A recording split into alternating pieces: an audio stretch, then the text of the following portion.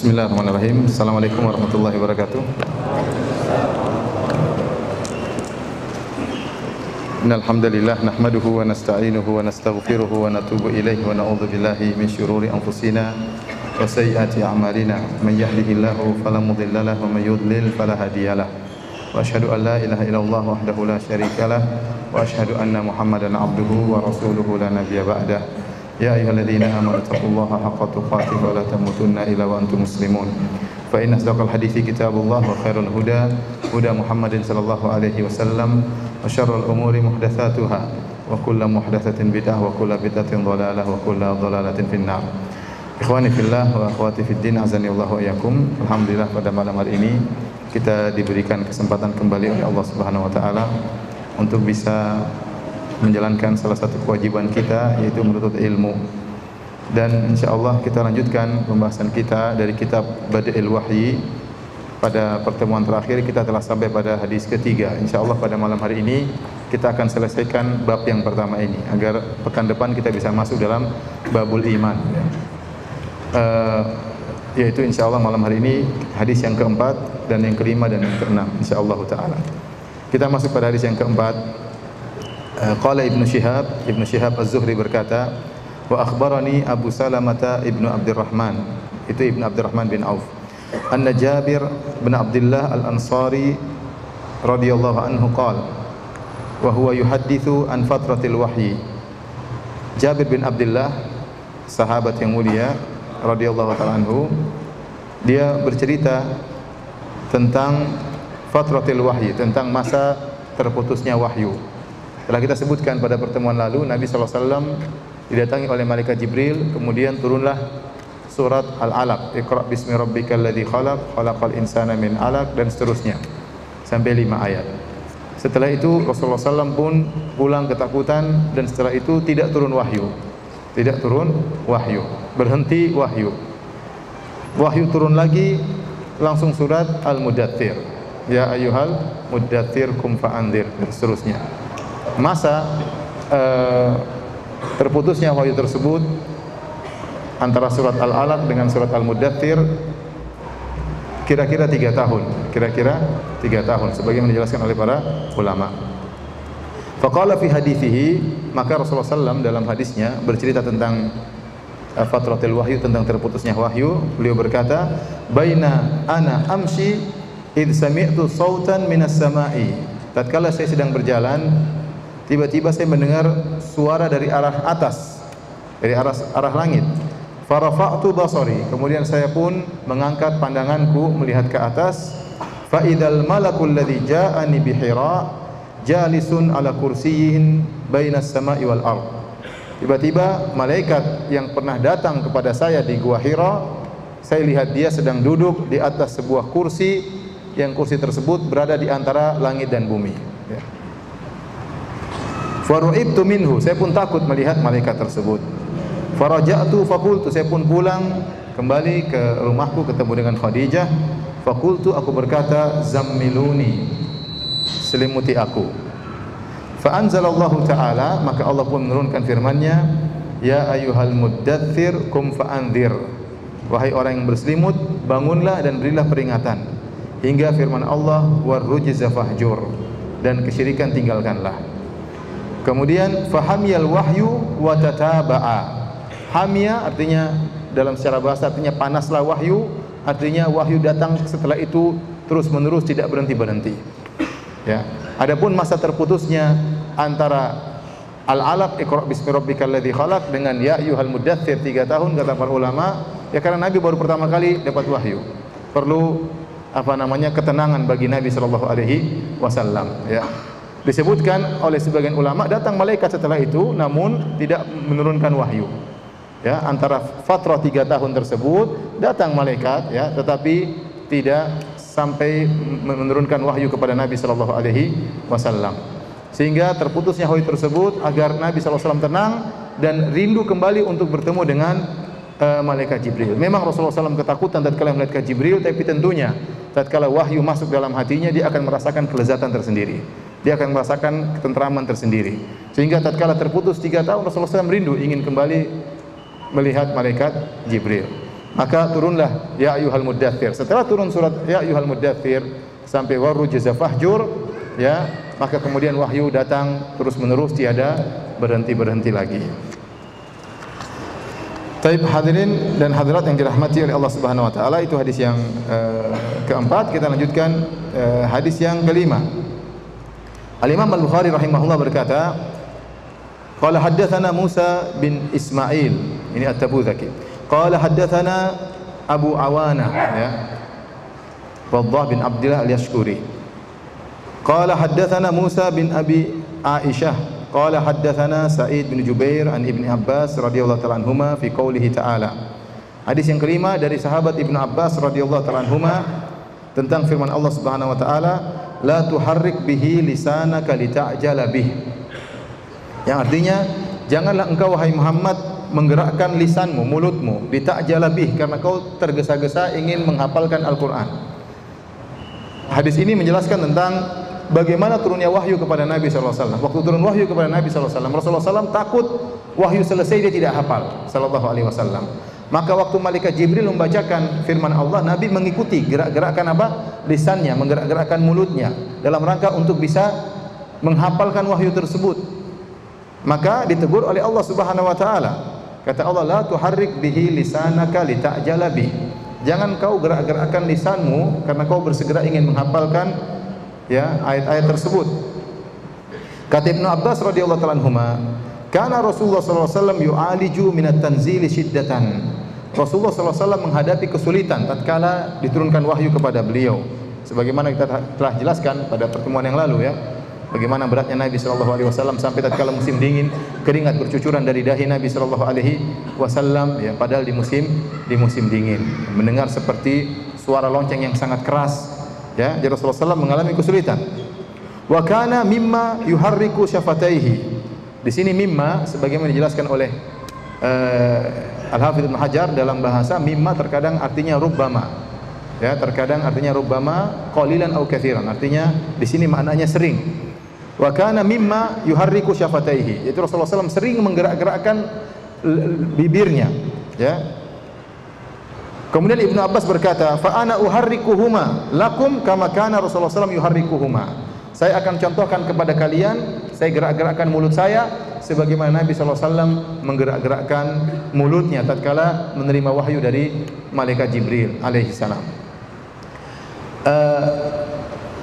Ibnu Abbas radhiyallahu ta'ala anhuma, beliau lahir 3 tahun sebelum hijrah. Kira-kira 3 tahun sebelum hijrah. Berarti waktu turun wahyu kepada Nabi sallallahu alaihi wasallam, Nabi menggerak-gerakkan lisannya, dan ini adalah surat Al-Qiyamah, dan surat Al-Qiyamah adalah surat Makkiyah, turun waktu Nabi sallallahu alaihi wasallam masih di Mekah, ya. Ibnu Abbas baru lahir 3 tahun sebelum Nabi berhijrah. Saya ulang, ya, saya ingin sampaikan ada istilah para ahli tafsir dengan surat Makkiyah dengan surat apa? Madaniyah. Yang dimaksud dengan surat Makkiyah adalah surat yang diturunkan sebelum hijrah. Yang dimaksud dengan surat Madaniyah, surat yang diturunkan setelah hijrah. Mau turun di Mekah tetap saja dinamakan surat Madaniyah. Jadi namanya kota, tetapi yang jadi barometer waktu. Ini istilah di kalangan para ulama. Dikatakan surat Makkiyah artinya surat yang diturunkan sebelum hijrah. Surat Madaniyah surat yang diturunkan setelah apa? Hijrah. Oleh karenanya firman Allah, "Idza jaa nasrullahi wal fath." Tatkala datang kemenangan Allah dan pertolongan Allah. Itu tatkala Fatu Makkah. Itu surat Makkiyah atau surat Madaniyah? Surat apa? Turun di Mekah. Tapi dia surat apa? Madaniyah. Meskipun turunnya di Mekah, ya. Al-yauma akmaltu lakum dinakum. Hari ini aku telah sempurnakan bagi kalian agama kalian. Itu juga turunnya di Padang Arafah. Di mana? Di Mekah. Tapi dia surat apa? Madaniyah. Karena turun tatkala Nabi berhaji. Nah, surat Al-Qiyamah adalah surat Makkiyah. Oleh karenanya para ulama mengatakan jelas-jelas Ibnu Abbas tidak menemui zaman Nabi tatkala turun wahyu oleh malaikat Jibril di awal-awal. Ibnu Abbas belum lahir waktu itu. Tetapi kenapa Ibnu Abbas bisa mengatakan kepada sahabat-sahabatnya, fa ana uharrikuhuma, saya akan menggerakkan dua bibir saya sebagaimana Nabi menggerak-gerakkan bibirnya. Dari mana dia tahu hal tersebut? Ada dua kemungkinan. Kemungkinan pertama, Nabi mengabarkan kepada beliau, beginilah saya waktu itu. Nabi mungkin pernah cerita. Atau mungkin ada sahabat yang pernah diceritakan oleh Nabi cerita kepada Ibnu Abbas. Dan ini sudah kita jelaskan kemarin masalah mursal sahabi, ya. Ini mursal sahabi. Ibnu Abbas tidak menemui Nabi SAW, tidak menemui zaman turunnya, belum lahir tatkala kisah ini terjadi. Tetapi kalaupun mursal sahabi, ya, tetap hadisnya adalah hadis yang sahih, ya. Masih ingat atau tidak mursal sahabi, mursal tabi'i? Masih ingat? Masih ingat waktu kajian lalu, ya? Baik.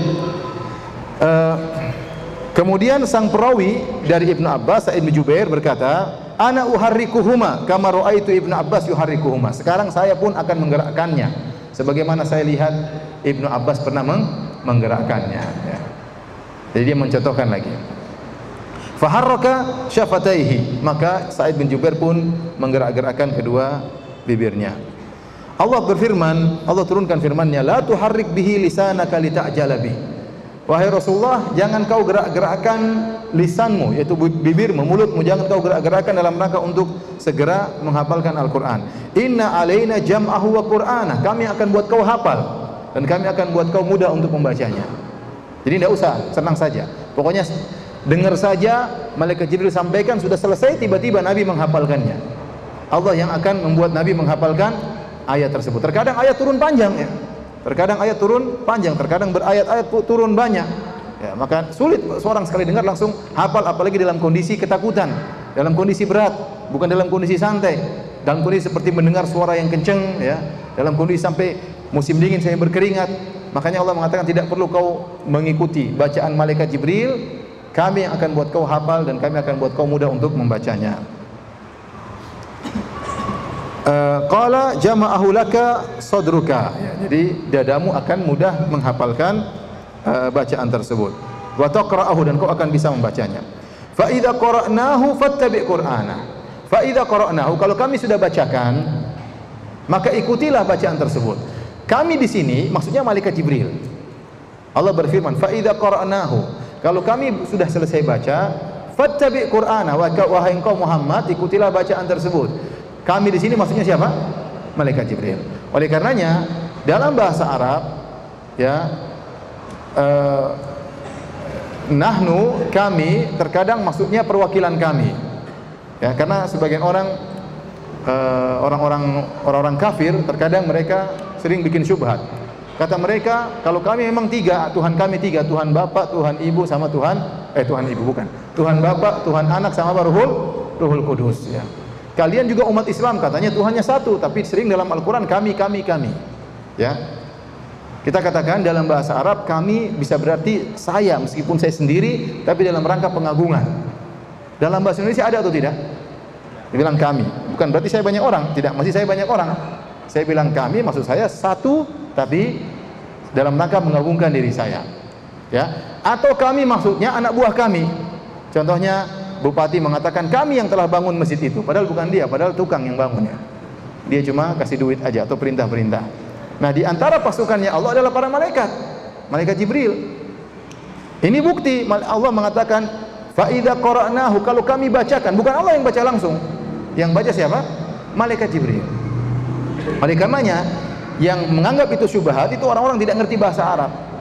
Seandainya kalimat nahnu, kami, itu pasti menunjukkan banyak, pasti sudah dijadikan dalil oleh Abu Jahal, Abu Lahab, dan abu-abu yang lainnya. Wahai Muhammad, katanya Tuhan Maha Esa, tapi kenapa Tuhan bilang kami? Namun Abu Lahab yang pakar bahasa Arab, Abu Jahal yang pakar bahasa Arab tidak pernah kasih syubhat ini. Kenapa? Karena mereka ngerti bahasa Arab. Nah, orang-orang kafir yang tidak ngerti bahasa Arab menjadikan ini syubhat karena bahlulnya mereka. Paham? Ya.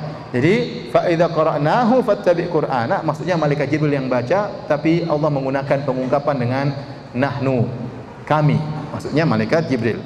Kalau malaikat Jibril sudah selesai baca, maka ikutilah bacaannya wahai Muhammad. Ai fastami' lahu, dengarkanlah, wa ansit, ya, dan seriuslah mendengarkan. Tsumma inna alaina bayana, kemudian setelah itu kami yang akan memberikan penjelasannya kepada engkau. Tsumma inna alaina an naqra'ahu, ya, atas kami lah yang akan kami bacakan kepadamu. Fakana Rasulullah sallallahu alaihi wasallam ba'da dzalika idza atahu Jibril istama'a. Setelah ditegur oleh Allah Subhanahu wa taala, Maka setiap datang Jibril mendatangkan wahyu, Rasulullah SAW dengar dulu, tidak ditiru-tiru, tapi dengar dulu sampai selesai. Fa idzan talaqa Jibrilu, kalau Jibril sudah selesai dan pergi, qara'ahan Nabi sallallahu alaihi wasallam kama qara'ahu. Maka tiba-tiba Nabi sudah bisa membacakan sebagaimana tadi Jibril bacakan. Kenapa? Karena Allah yang menjamin Nabi untuk bisa menghafalkannya dan bisa membacanya. Ini hadis ini berkaitan tentang bagaimana permulaan turunnya wahyu. Ternyata waktu awal Rasulullah SAW belum pengalaman turunnya wahyu, Rasulullah SAW ingin segera menghafal. Ya. Kemudian ditegur oleh Allah, tidak usah kau seperti itu wahai Muhammad, kami akan buat engkau mudah untuk menghafalkannya. Baik, kita lanjutkan. Ikhwani fillah wa akhwati fid din, azanillahu wa iyyakum ya. Syekh Ibnu Utsaimin rahimahullah mengambil faedah dari firman Allah, "Tsumma inna alaina bayanah," dan kemudian tugas kamilah yang akan memberi penjelasan terhadap Al-Qur'an ya. Kata beliau, ini dalil bahwasanya seluruh isi Al-Qur'an pasti dipahami ya, karena Al-Quran diturunkan untuk dipahami. Tidak ada satu ayat pun yang tidak dipahami, semua pasti dipahami. Kalau kita tidak paham tentang suatu ayat, pasti ada orang lain yang paham. Tidak mungkin seluruh umat ada satu ayat, seluruh umat tidak ada yang paham, tidak mungkin. Karena Allah yang telah menjamin bahwasanya Al-Quran ini ada penjelasannya. Paham? Jadi nggak ada satu ayat yang tidak dipahami sama sekali. Yang ada namanya tidak dipahami secara nisbi, artinya sebagian orang tidak paham, tapi ar-rasikhuna fil ilmi, orang-orang yang punya ilmu kokoh paham. Mungkin kita tidak paham, dan inilah kebanyakan ayat. Banyak ayat yang kita tidak paham, tapi para ulama paham. Tapi ada ayat yang semua umat tidak paham, ini tidak ada dalam kamus Al-Qur'an. Ya, tidak ada dalam kamus Al-Qur'an. Karena Allah berfirman, ya, litubayyina lin-nasi ma nuzila ilaihim wa la'allahum yatafakkarun. Ya. Kami turunkan Al-Quran agar kau jelaskan kepada manusia apa yang diturunkan kepada mereka, agar mereka berpikir. Jadi Al-Quran diturunkan bisa dipahami sehingga bisa dipikirkan. Dalam ayat yang lain, ya, tibyanan likulli syai'. Sungguhnya Al-Quran, wa nazzalna 'alaikal kitaba tibyanan likulli syai'. Kami turunkan Al-Quran sebagai penjelasan atas segala sesuatu. Apa maksud Syekh Al-Utsaimin rahimahullah tatkala membawakan faedah ini? Dia ingin membantah para penolak sifat. Ada sebagian orang-orang ahlul bid'ah yang mereka berpemahaman dengan pemahaman tafwid. Tafwid dalam asma wa sifat maksudnya apa? Maksudnya mereka mengatakan ayat ini kita tidak paham maknanya, kita serahkan kepada Allah Subhanahu wa taala. Jadi dalam menghadapi ayat-ayat sifat seperti firman Allah, ya, wa ma qadarullaha haqqa qadri wal ardu jami'an qabdatuhu yaumal qiyamah was samawati matwiyatun bi yaminih. Contoh, ya, mereka tidak mengagungkan Allah dengan sebagaimana mestinya. Padahal pada hari kiamat kelak bumi dalam genggaman Allah dan langit-langit akan dilipat dengan tangan kanan Allah. Atau contohnya firman Allah Subhanahu wa taala, ya, ma mana'aka an tasjuda lima khalaqtu bi yadayya, wahai iblis, apa yang mencegahmu untuk sujud kepada Adam yang aku ciptakan dengan kedua tanganku? Bagaimana sikap kaum muslimin terhadap kedua tangan, lafal kedua tangan? Maka ada beberapa mazhab. Mazhab Ahlussunnah wal Jamaah mensifati bahwasanya secara zahirnya bahwasanya Allah punya kedua tangan, sehingga Allah menciptakan Adam dengan kedua tangannya, dan kedua tangan tersebut secara zahirnya benar-benar tangan, tapi bagaimananya kita tidak tahu, dan tidak boleh kita samakan dengan tangan manusia karena itu tasbih. Tidak bisa kita hayalkan, karena kita bisa hayalkan kalau kita tahu zat Allah. Tatkala kita tidak tahu zat Allah, tidak mungkin kita bisa hayalkan bagaimana tangan tersebut, tapi kita yakin Allah punya tangan, bagaimananya kita tidak tahu. Ini pendapat Ahlussunnah wal Jamaah. Nah, ahlul bid'ah ada dua metode. Metode pertama, mereka takwil. Kata mereka kedua tangan maksudnya kekuatan. Maksudnya apa? Kekuatan. Karena kalau kita bilang Allah punya tangan, maka kita menyamakan dengan makhluk.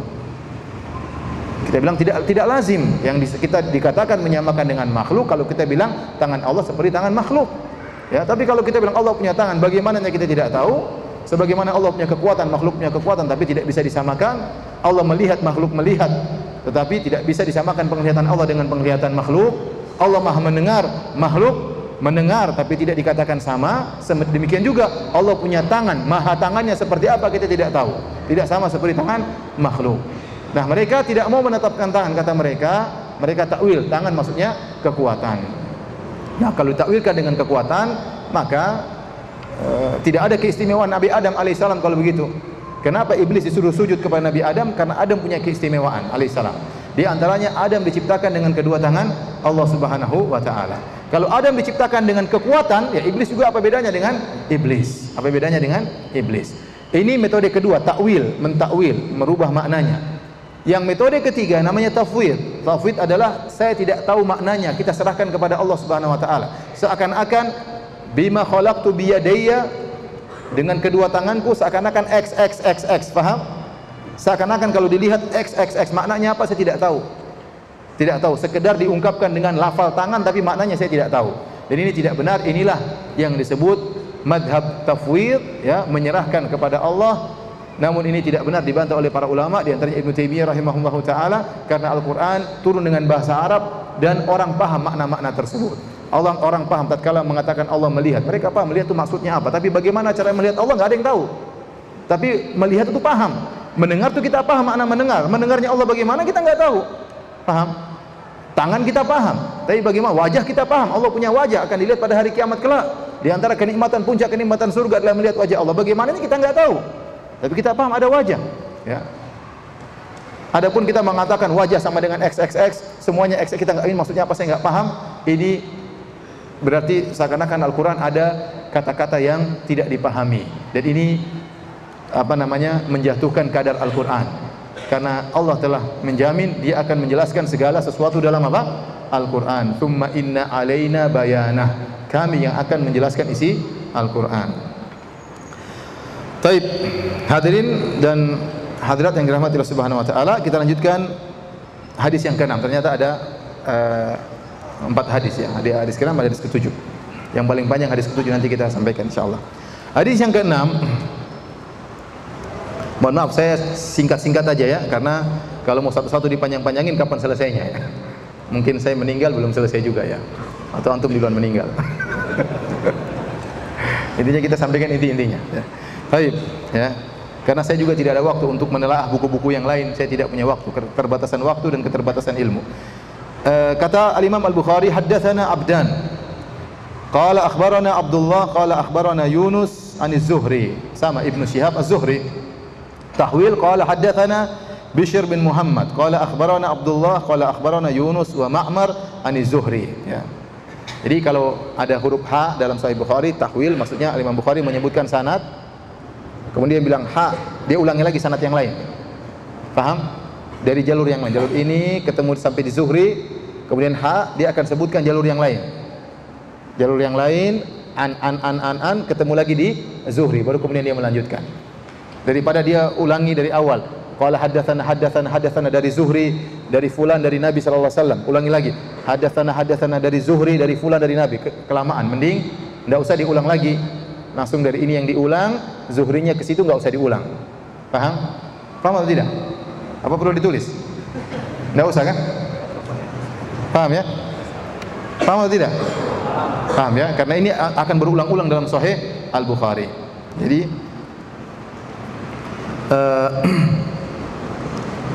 qala Az-Zuhri berkata, akhbarani Ubaidillah bin Abdullah an Ibni Abbas radhiyallahu anhuma. Qala, Ibnu Abbas berkata, kana Rasulullah sallallahu alaihi wasallam ajwadan nas. Rasulullah sallallahu adalah orang yang paling dermawan. Wa kana ajwadu ma yakun fi Ramadan. Rasulullah SAW sangat dermawan lagi, puncak-puncaknya dermawan tatkala bulan Ramadan.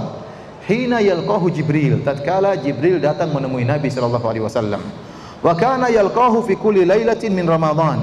Jibril turun kepada Nabi sallallahu alaihi wasallam tiap malam bulan Ramadan. Buat apa? Fayudarisuhul Quran, dalam rangka untuk mengajari Nabi Al-Quran. Sebagian ulama mengatakan seperti Ibnul Mulaqqin dalam rangka untuk mengkokohkan hafalan Nabi sallallahu alaihi wasallam. Karena Rasulullah SAW manusia bisa lupa. Beliau pernah berkata, ya ini ansa kama tansaun fa idza nasitu fadzakiruni. Saya lupa sebagaimana kalian lupa. Kalau saya lupa tolong ingatkan, kata Nabi sallallahu alaihi wasallam. Maka Jibril datang untuk mengajari Nabi sallallahu alaihi wasallam, mengkokohkan hafalan Nabi sallallahu alaihi wasallam. Ya, tatkala Jibril datang kepada Nabi sallallahu alaihi wasallam, Nabi lebih dermawan lagi. Kemudian kata Ibnu Abbas radhiyallahu anhuma, fala Rasulullah sallallahu alaihi wasallam ajwadu bil khair minar rihil mursalah. Sungguh Rasulullah SAW itu lebih cepat kedermawanannya daripada cepatnya angin yang berhembus. Cepatnya angin yang berhembus. Ini ingin menjelaskan bagaimana mudahnya atau sangat dermawannya Nabi sallallahu alaihi wasallam di bulan Ramadan. Taib hadirin yang dirahmati oleh Allah Subhanahu wa taala, hadis ini ya menjelaskan juga bagaimana proses terjaganya hafalan Nabi sallallahu alaihi wasallam. Ternyata setiap bulan Ramadan Jibril turun ngajari Nabi tiap malam. Bahkan di akhir hayat Nabi sallallahu alaihi wasallam ya Jibril turun 2 kali lebih banyak ya. Karena Rasulullah SAW menjelang meninggal dunia. Ini menunjukkan keutamaan bulan Ramadan. Dan kita tahu sedekah di bulan Ramadan pahalanya lebih banyak ya, sebagaimana ibadah-ibadah yang lainnya. Kenapa? Karena dilaksanakan di bulan suci. Dilaksanakan di bulan suci. Maka Nabi SAW di antara sebab-sebabnya beliau memperbanyak sedekah di bulan Ramadan, karena sedekah di bulan Ramadan pahalanya lebih besar. Kemudian juga sebenarnya mengatakan karena di bulan Ramadan banyak orang yang berpuasa. Orang-orang butuh untuk sahur dan orang-orang butuh untuk berbuka. Maka dianjurkan untuk banyak bersedekah di bulan tersebut, membantu orang-orang untuk sahur, membantu orang-orang untuk berbuka. Dan saya ingatkan, yang perlu dibantu bukan cuma bukanya saja ya. Sahurnya juga perlu ya. Sahurnya juga perlu. Karena kebanyakan orang semangat untuk membantu waktu berbuka. Karena hadisnya ada, dapat pahala berpuasa. Sahur enggak ada hadisnya katanya. Enggak, tidak mungkin sempurna sana kecuali dengan yang ini ya. Ya tidak mungkin seorang bisa sempurna puasa kecuali dengan apa? Dengan dikasih sahur. Maka ma la yatimul wajibu illa bi fa huwa wajib. Ma la yatimul mustahab illa bi fa huwa mustahab. Tidak ada suatu yang mustahab itu bisa terlaksana kecuali dengan yang lainnya, maka yang lainnya juga adalah mustahab. Dan sahur itu dianjurkan ya, dianjurkan dalam hadis-hadis Nabi sallallahu alaihi wasallam. Kemudian juga dikatakan Nabi banyak bersedekah ya, karena Nabi ketemu dengan Jibril. Dan Jibril datang kepada Nabi, ini menyenangkan Nabi sallallahu alaihi wasallam. Tadi kita sebutkan Rasulullah SAW waktu 3 tahun terputuskan wahyu, beliau rindu untuk bertemu dengan Nabi dengan malaikat Jibril. Maka Jibril sering mendatangi Nabi sallallahu alaihi wasallam, belajar Al-Qur'an dengan Jibril alaihissalam, mudarasah Al-Qur'an. Ini membuat Nabi bersyukur. Jadi antara bentuk syukur beliau banyak bersedekah. Beliau banyak bersedekah. Kita bersyukur ya dengan ibadah kepada Allah Subhanahu wa taala. Di antara bentuk syukur kalau kita dapat kenikmatan, kita bersedekah. Belikan makanan bagi fakir miskin, membantu orang-orang susah, di antara bentuk syukur kita kepada Allah Subhanahu wa taala. Demikian juga di antara sebab kenapa Nabi SAW banyak bersedekah di bulan Ramadan, karena pada bulan tersebut Rasulullah SAW banyak baca Al-Quran. Dan semakin orang baca Al-Quran, dia semakin ingat dengan hari akhirat. Semakin ingat dengan hari akhirat, maka semakin kecil dunia di matanya, sehingga dia mudah untuk berinfak. Kenapa? Dia ingat terus baca Al-Quran, diingatkan terus tentang akhirat dan akhirat dan akhirat, sehingga dunia ringan bagi dia, sehingga dia mudah untuk berinfak di jalan Allah Subhanahu wa taala.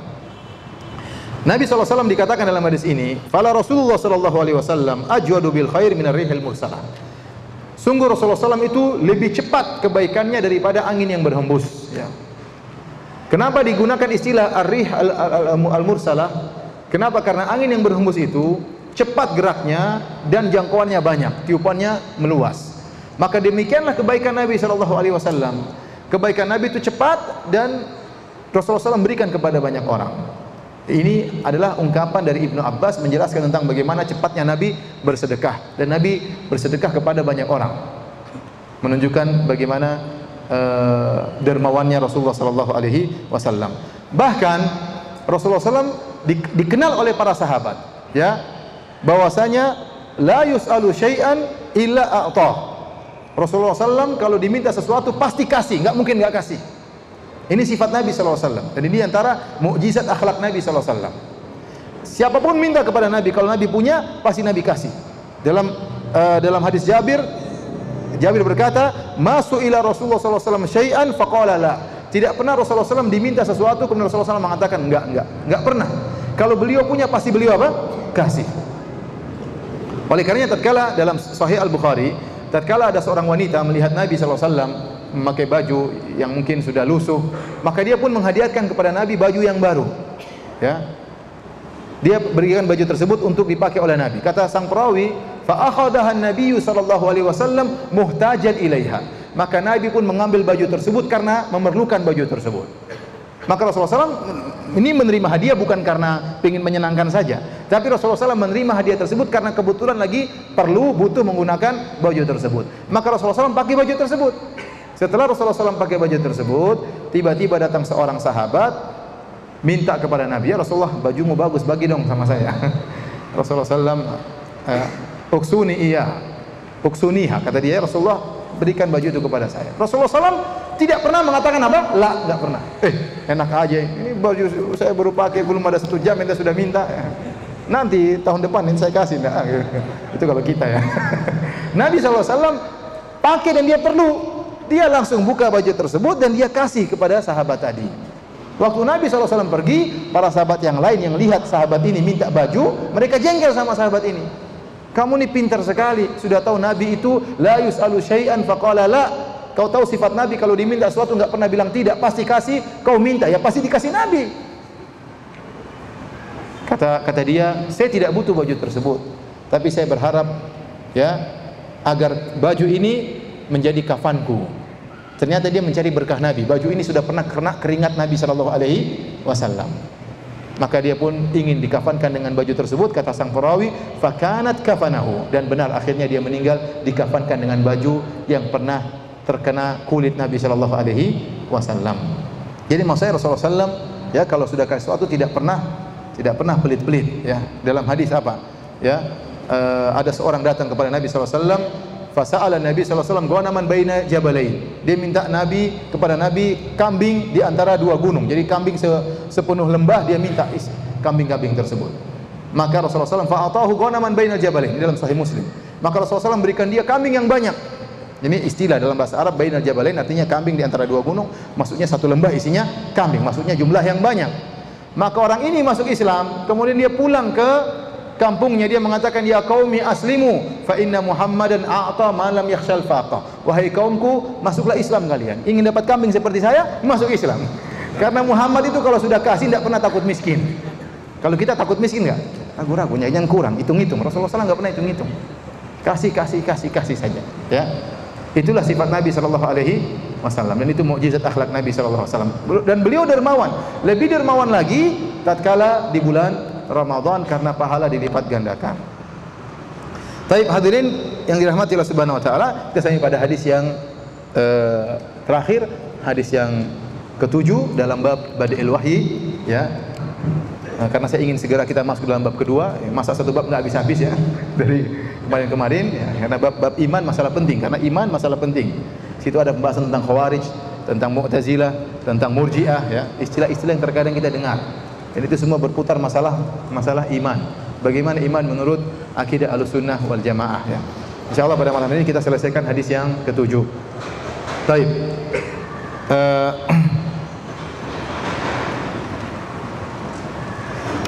Di antara faedah dari hadis ini disampaikan oleh Imam Nawawi rahimahullahu taala, ya.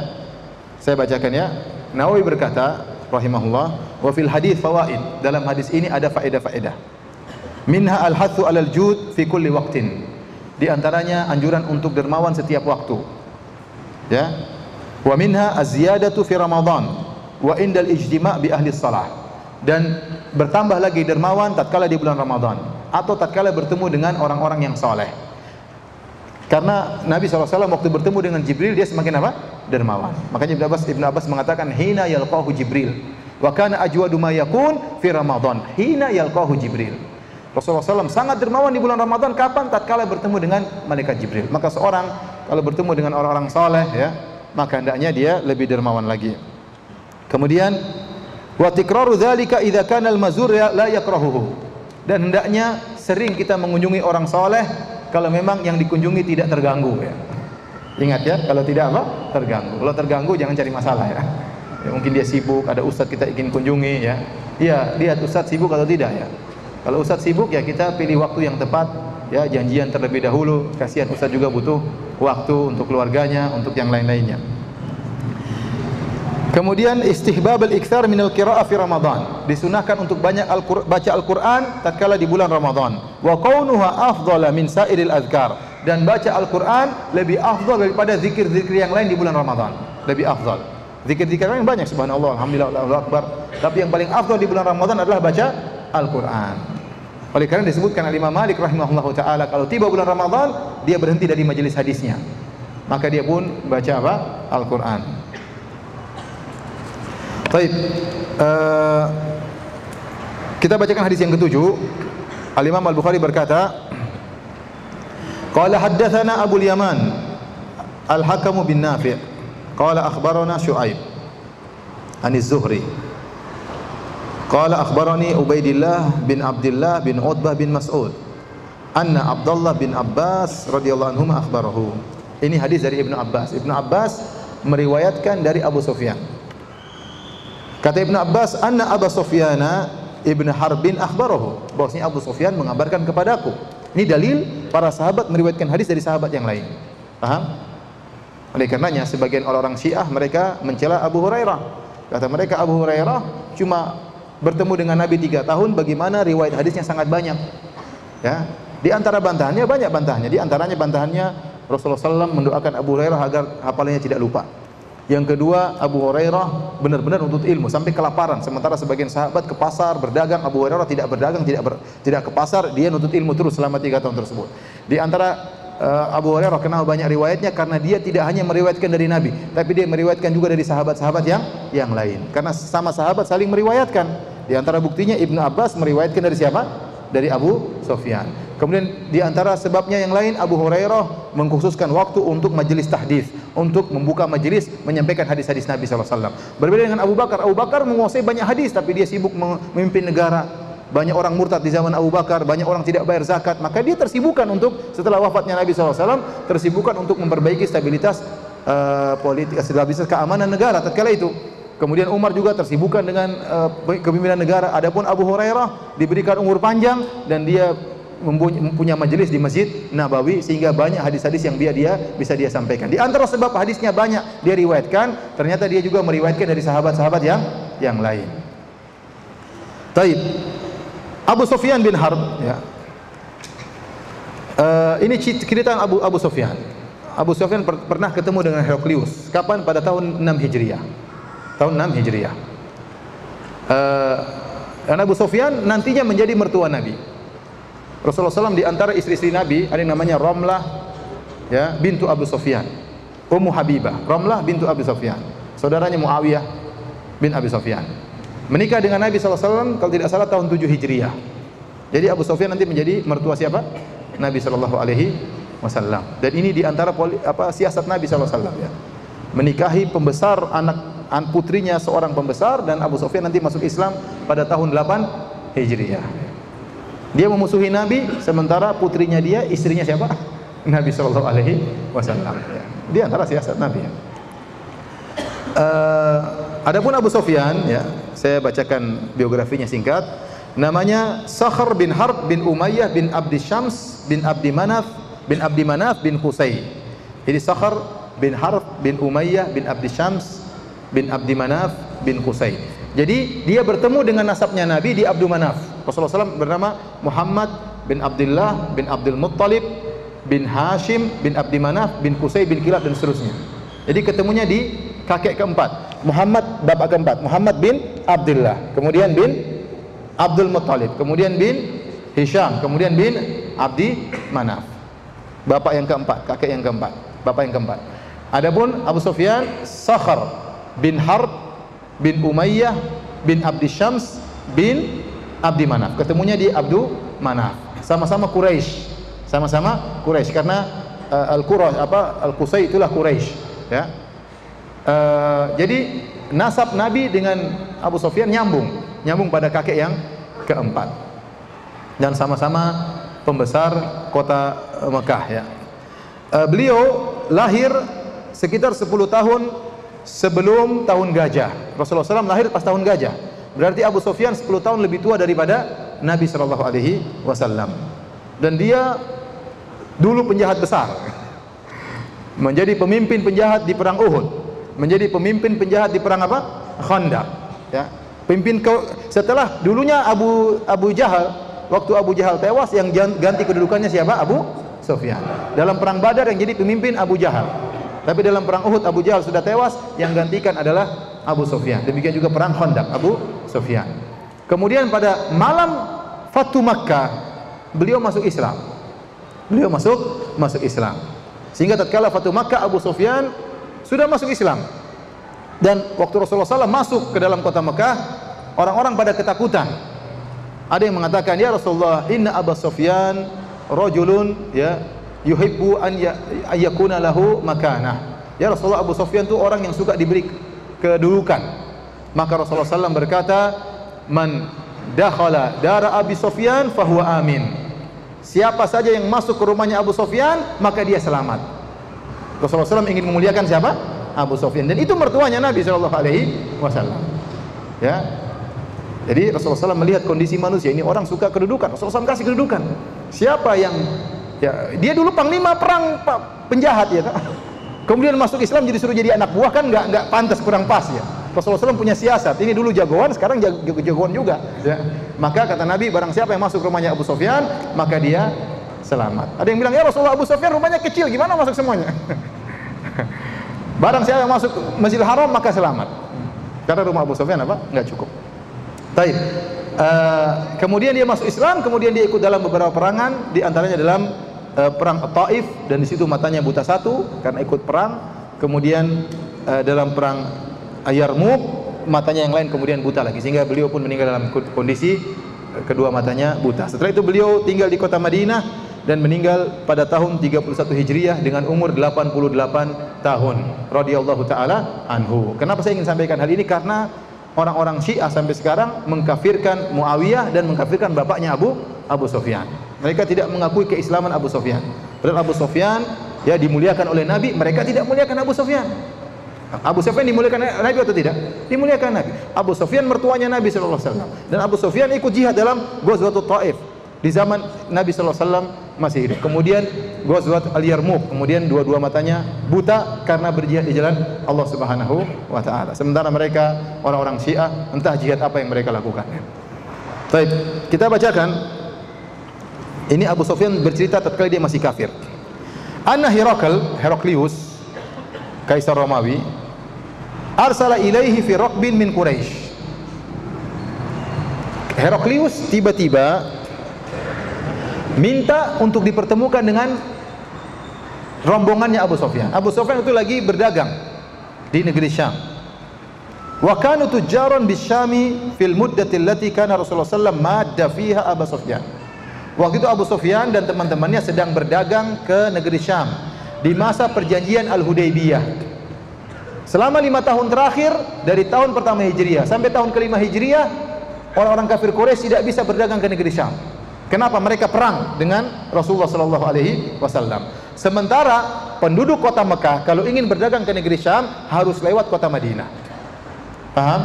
Jadi kota Mekah itu terletak di selatan kota Madinah. Jadi sebelah utara kota Mekah ada kota Madinah. Sebelah utara kota Madinah ada negeri Syam. Nah, orang-orang Mekah penghasilan mereka adalah berdagang. Mereka bukan bercocok tanam. Nah, kalau mereka ingin berdagang, mereka harus lewat untuk ke negeri Syam, mereka harus lewat kota Madinah. Nah, lewat kota Madinah masalah. Bahkan ditangkap oleh Nabi Muhammad SAW dan pasukannya. Sebagaimana terjadi pada perang Badar. Akhirnya selama 5 tahun mereka tidak bisa berdagang.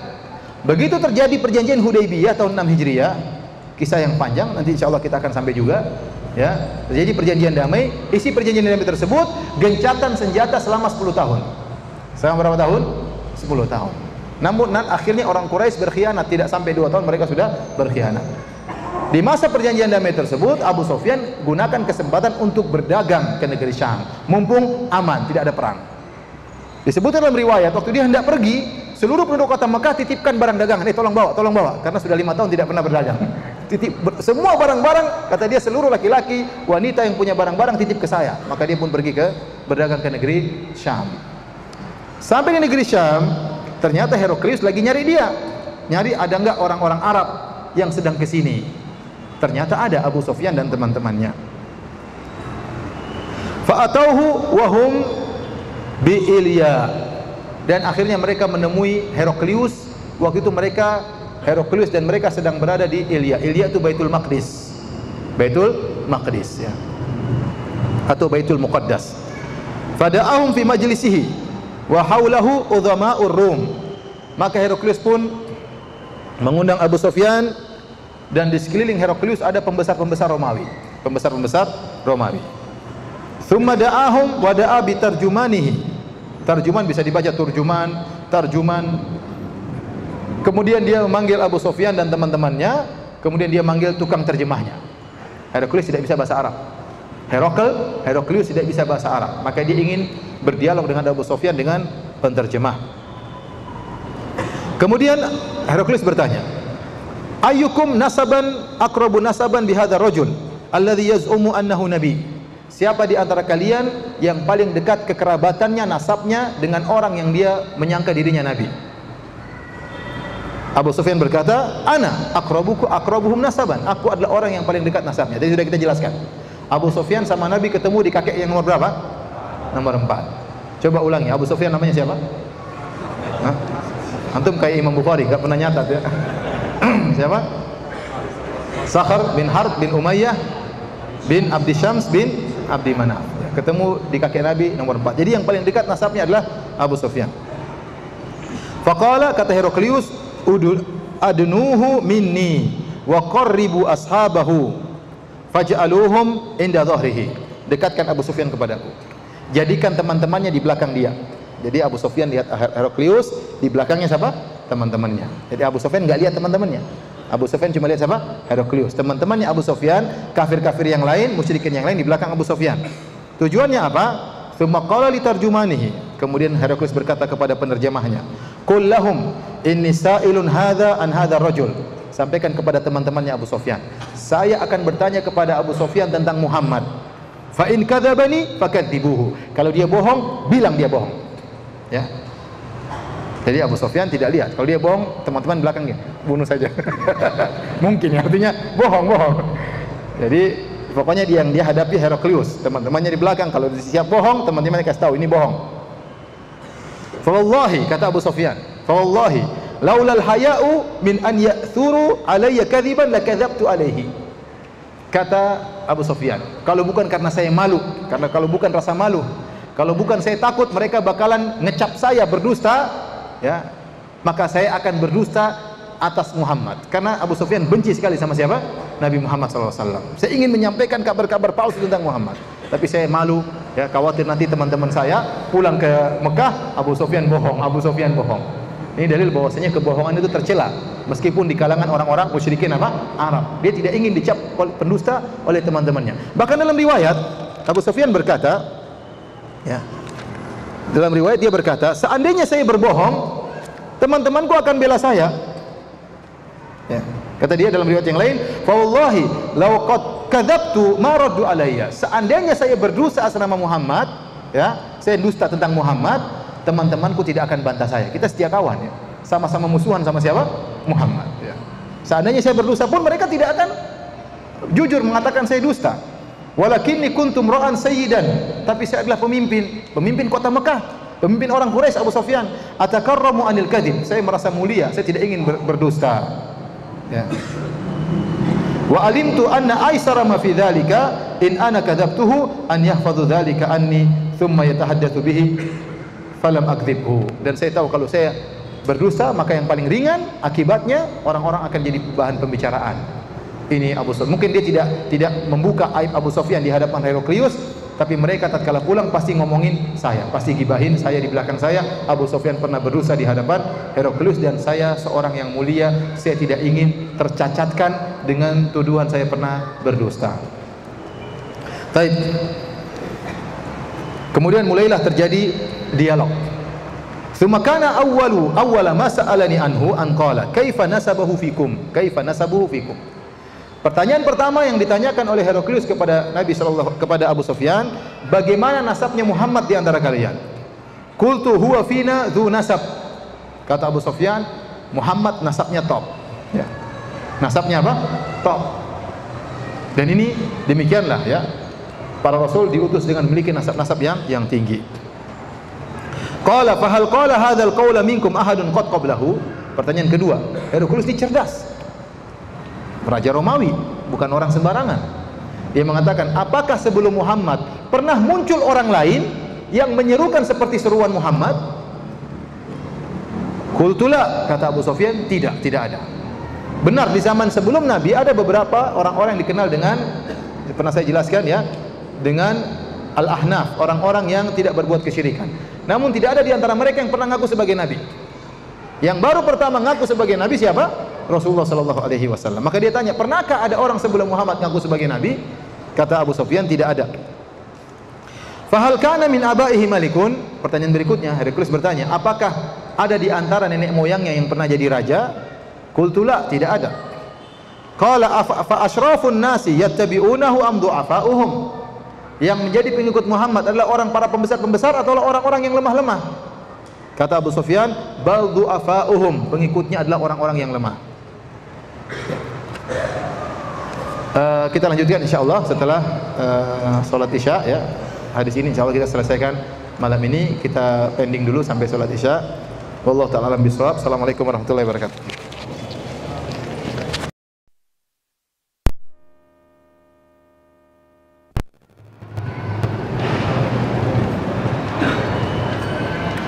Bismillahirrahmanirrahim.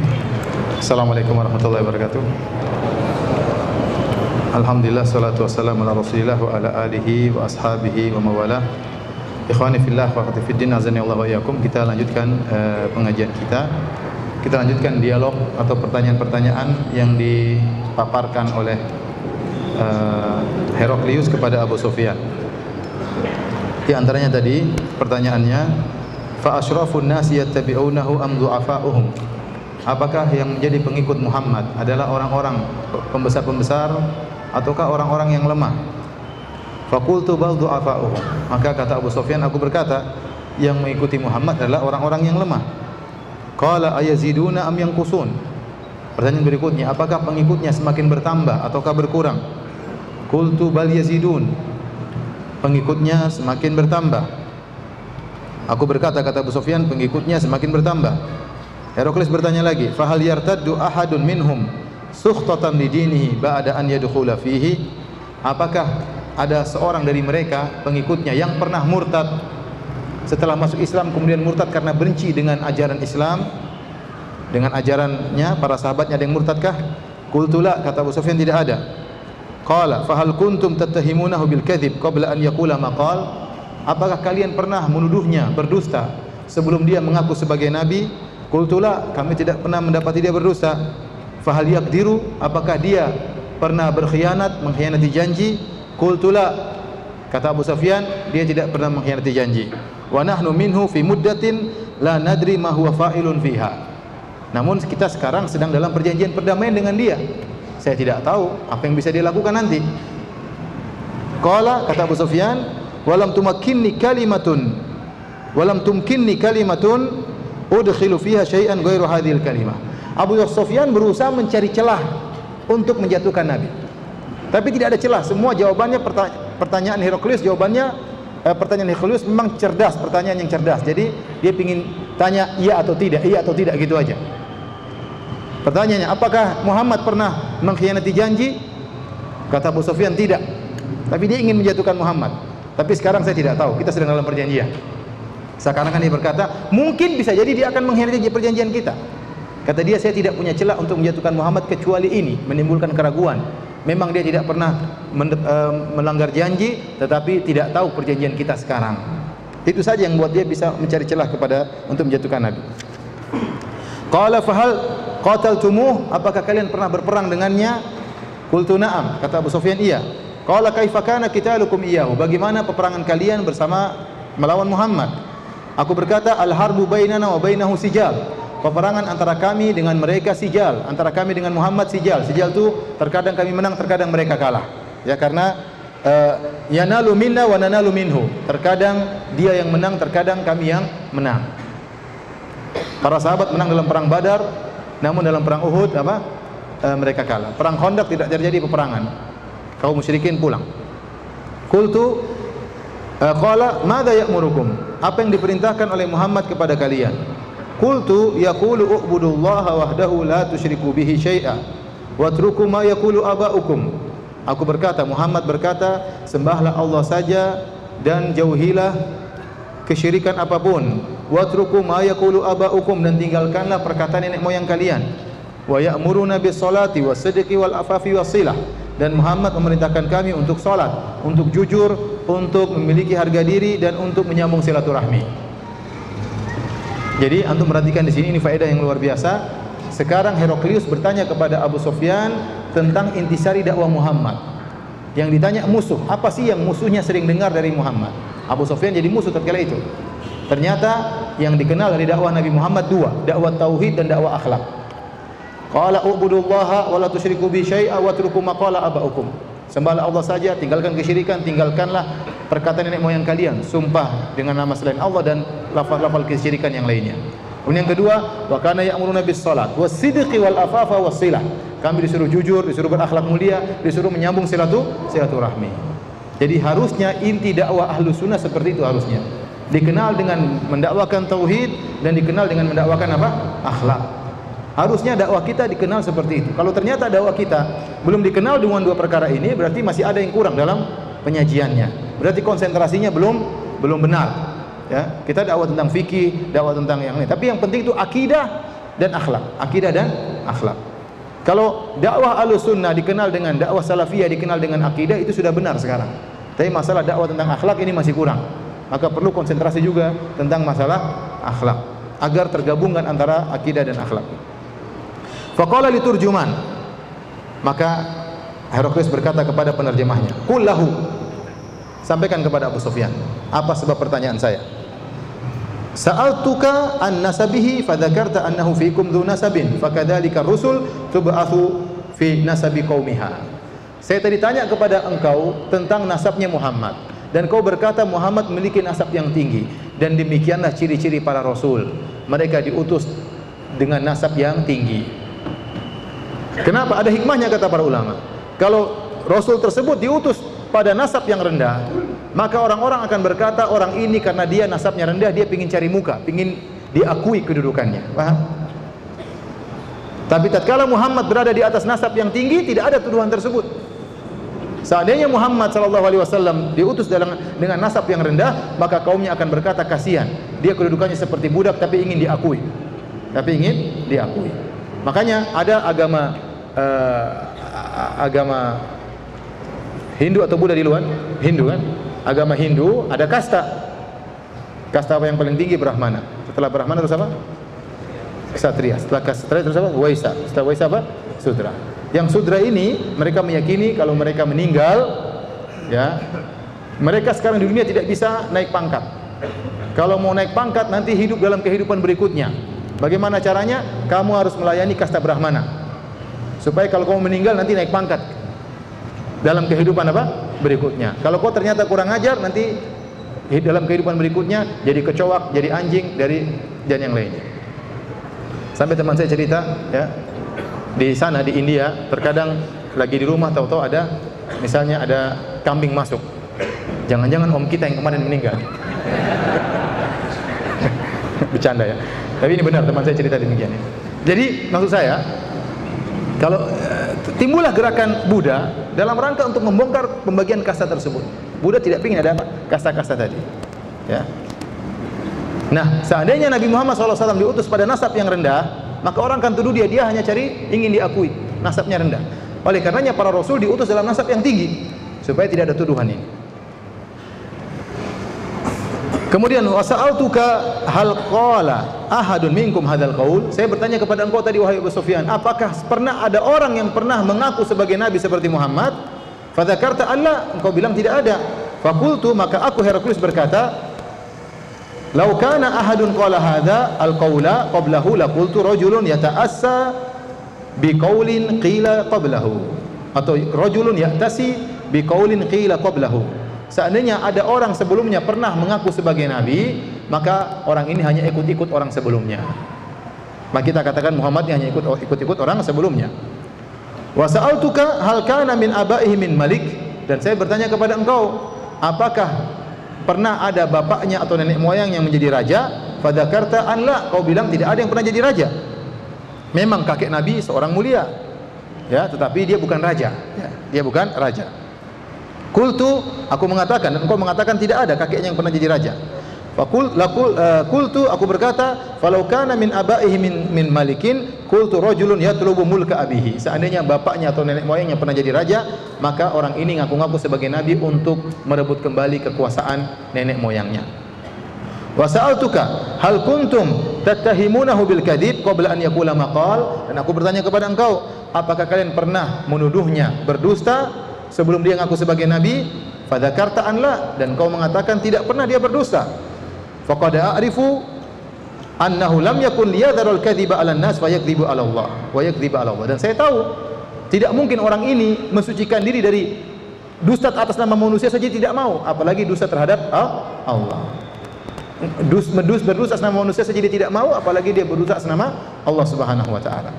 Wa sa'altuka asyrafun nasi tabauhu am du'afa'uhum, aku bertanya kepada engkau juga, apakah pengikutnya orang-orang pembesar-pembesar atau orang-orang lemah? Fadzakarta anna du'afa'uhum ittaba'uhu, dan kau telah mengatakan pengikutnya ada orang-orang lemah.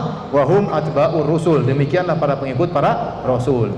Orang kaya biasanya sombong, orang-orang yang memiliki kedudukan pejabat biasanya angkuh, ya. Orang miskin mudah menerima. Dan demikianlah pengikut para rasul. Bukan berarti tidak ada pengikut Nabi yang nasabnya tinggi. Banyak yang nasabnya tinggi. Abu Bakar, Umar, Utsman, Ali, itu nasabnya tinggi-tinggi semuanya.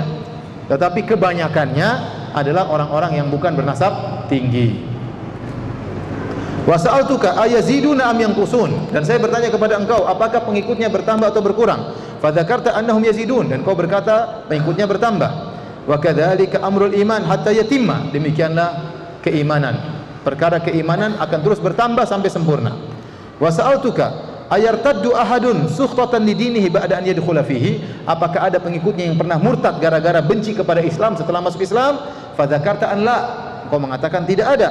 Wa kadzalikal iman hina yukhalituhu basyashatul qulub, tatkala iman sudah, hati sudah terkena manisnya iman, maka tidak akan murtad. Dan ini dijadikan dalil oleh para ulama. Sering disebutkan dalam buku-buku sirah bahwasanya Ubaidillah bin Jahshin meninggal di negeri Habasyah dalam kondisi murtad. Jadi waktu kaum muslimin ditekan oleh orang-orang Mekah, maka Rasulullah SAW menyuruh untuk berhijrah. Belum berhijrah ke Madinah, pertama berhijrah ke negeri Habasyah, karena di sana ada raja yang adil, Raja Najasyi. Maka berhijrahlah para sahabat, di antaranya Ubaidillah bin Jahshin dengan istrinya Ramlah, putrinya Abu Sufyan, yang nanti akan menjadi istri Nabi SAW. Kemudian Ubaidillah bin Jahshin meninggal di sana, dalam sebagian riwayat meninggal dalam kondisi masuk Nasrani. Namun ini dibantah oleh para ulama, karena dalil yang menyebutkan Ubaidillah bin Jahshin murtad adalah dalil yang dhaif, tidak bisa dijadikan hujjah. Apalagi dia lari meninggalkan Mekah karena ingin menyelamatkan dirinya dengan Islam. Kok sampai di sana kemudian dia apa? Murtad. Seandainya dia murtad, maka bapak mertuanya pasti tahu. Sekarang bapak mertuanya siapa? Abu Sufyan. Karena putrinya Ramlah, istrinya Ubaidillah bin Jahshin. Maka waktu Heraklius bertanya, apakah pernah ada orang yang murtad setelah masuk ikut jadi pengikut Nabi Muhammad? Abu Sufyan menjawab apa? Tidak. Seandainya Ubaidillah bin Jahshin murtad, dia akan berkata, iya, menantu saya murtad. Aha, ini dalil bahwasanya Ubaidillah bin Jahshin tidak sebagaimana disebutkan dalam riwayat yang lemah beliau murtad. Tidak ada dalil bahwasanya beliau murtad.